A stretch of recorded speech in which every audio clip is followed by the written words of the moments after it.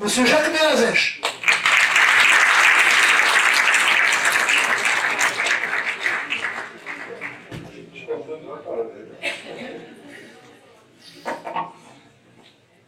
Bon, vous avez entendu avec leurs mots, leurs convictions et leur désir de bien faire.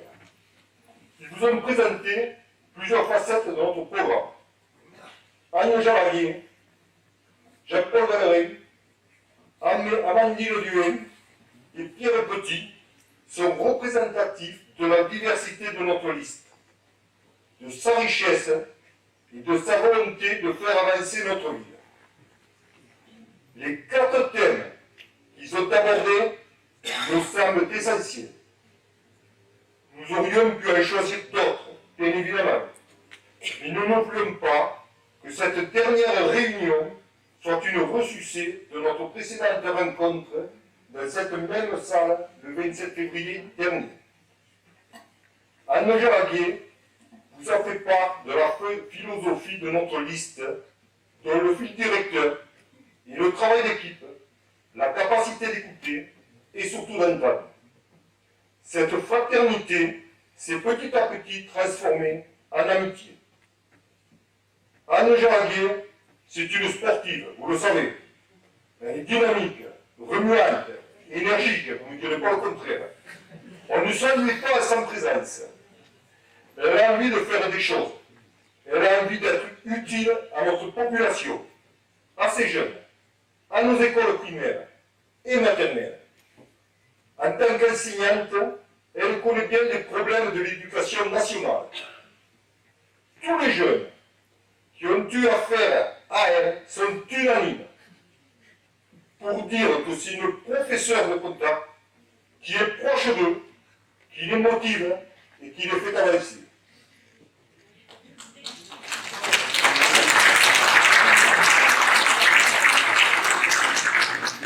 C'est elle, vous l'avez dit tout à l'heure, qui a eu l'idée de nous habiller couleur arc-en-ciel. Ce sont les couleurs de la beauté, de l'espérance, de la diversité, bref, les couleurs de la ville que nous voulons demain. Jean-Paul Valéry nous a fait part de ses réflexions en ce qui concerne les problèmes de sécurité et d'incivilité. Vous le savez, ces questions sont centrales et conditionnent la mise en œuvre de notre programme, en particulier la redynamisation du centre-ville. La sécurité, c'est un droit. Il est fondamental. Je crois très sincèrement qu'avec Jean-Paul Valéry, nous allons faire bouger les lignes d'une façon significative. Ce n'est pas simple. Ce n'est pas qu'un problème de moyens, comme il vous a dit tout à l'heure. C'est surtout un problème de volonté, d'obstination sans faille. Qu'on soit clair, Jean-Paul Valéry est officier général dans l'armée de la République. Il sait qu'une telle politique, pour la mener à bien, doit respecter les lois, les procédures, qui sont le propre de notre démocratie. C'est un homme de réflexion, un homme d'éthique, avec une véritable humanité. Et c'est une chance qu'il soit avec nous. Il n'y a pas beaucoup de villes de notre dimension qui peuvent se targuer d'avoir une telle personnalité d'enseignant. Je l'en remercie, nous l'en remercions.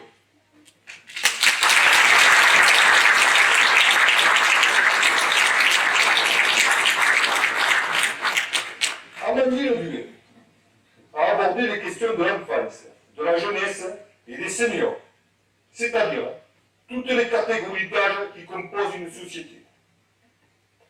Elle a insisté sur la nécessité d'aider les parents qui rencontrent des difficultés, de renforcer le réseau d'assistantes maternelles et le soutien à la crèche. Il est bien entendu que l'éducation des enfants dépend en premier lieu des parents. Nous ne sommes pas là pour nous substituer à eux, mais pour les soutenir s'ils le désirent. Comme elle vous l'a indiqué, et comme l'a indiqué Pierre, pour les jeunes, nous mettrons en place le financement de leur permis de conduire. En contrepartie, ils devront s'engager à faire quelques heures de bénévolat auprès d'associations de bénévoles qu'ils choisiront. Les seniors seront aussi au centre de nos préoccupations, mais sans infantilisme. Au contraire, en leur demandant de participer à la vie citoyenne de notre ville dans le cadre d'un conseil des anciens. Amandine Duel est infirmière, on vous l'a dit tout à l'heure, de formation, et assistante maternelle.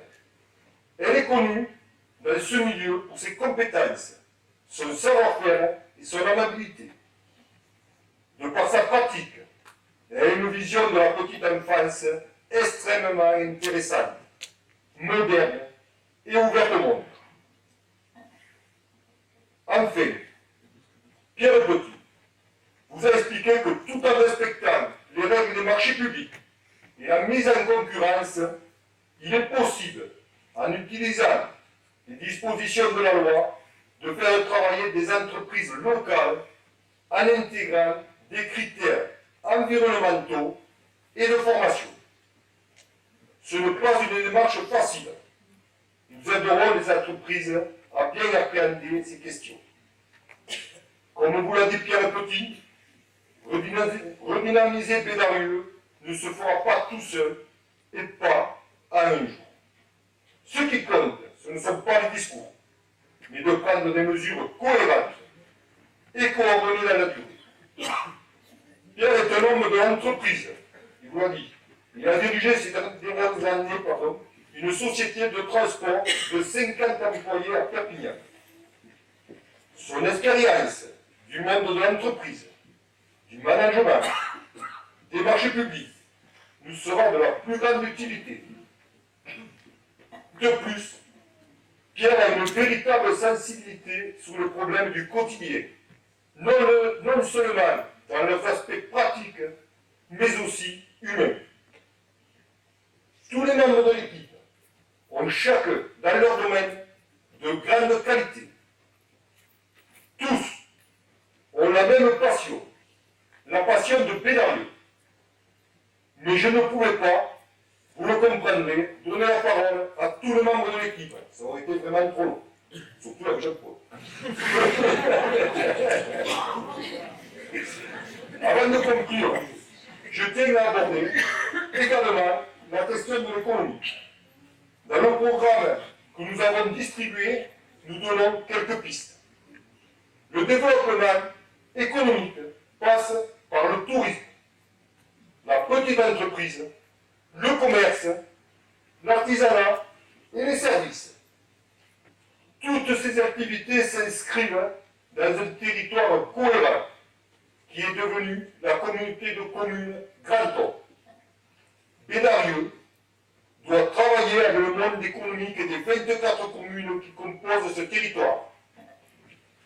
Certes, créer des emplois, ça ne se décrète pas.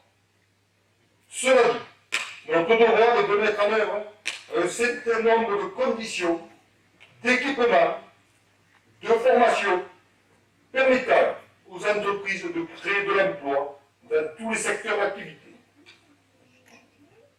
Dans ce domaine, ne comptez pas sur nous pour raconter des histoires ou vous faire des promesses inconsidérées. Mais en revanche, vous pouvez compter sur nous pour travailler au développement économique et touristique, sans oublier, bien évidemment, les services publics. Pour terminer, je voudrais donc souligner une fois de plus la qualité de l'équipe unie pour Bédarieux, son pluralisme, ses compétences, son écoute, sa diversité, tant politique que sociale. Là encore, soyons clairs, cela ne veut pas dire que cette équipe se cache derrière l'étiquette apolitique. Les hommes et les femmes qui sont sur cette liste viennent d'horizons politiques différents, ont des histoires personnelles et collectives diverses. Ils ont décidé, ensemble, d'œuvrer en toute liberté pour Bédarieux. C'est parce qu'ils sont citoyens qu'ils ont considéré qu'il était nécessaire de rassembler au-delà de leurs divergences pour notre ville. Je vous l'ai déjà dit la dernière fois, notre parti, c'est notre vie. Notre parti, c'est Bédarlé. Enfin, et je tiens à le souligner, notre campagne électorale a été de bonne tenue, et c'est bien pour la démocratie. En revanche, et j'en suis navré, certains ont donné une image de notre ville assez lamentable. Je pense que c'est irresponsable. Quand on aime une ville, on la défend. On ne dégrade pas son image. Je vous avoue que je souhaitais répondre à certaines attaques. Après réflexion, je me refuse d'entrer en polémique. Les mensonges, la mauvaise foi, ne tromperont personne. La seule chose qui nous intéresse, c'est notre projet, notre équipe, notre ville. Je ne ferai pas votre commentaire. Dans 3 jours, ce 15 mars, on vote pour le premier tour des élections municipales. Ce premier tour est très important. Il va créer une dynamique en faveur d'une liste. J'espère bien qu'il s'agira de la nôtre. Cette dynamique sera capitale et déterminante pour le deuxième tour s'il devait avoir lieu. Avec 6 listes, il est impératif d'éviter la dispersion des voix. Pour cela, nous avons besoin de chacune et chacun d'entre vous pour mobiliser autour de vous et pour nous aider à gagner. J'ai confiance. Nous avons confiance. Et encore une fois, merci à vous tous d'être présents ce soir et de nous soutenir.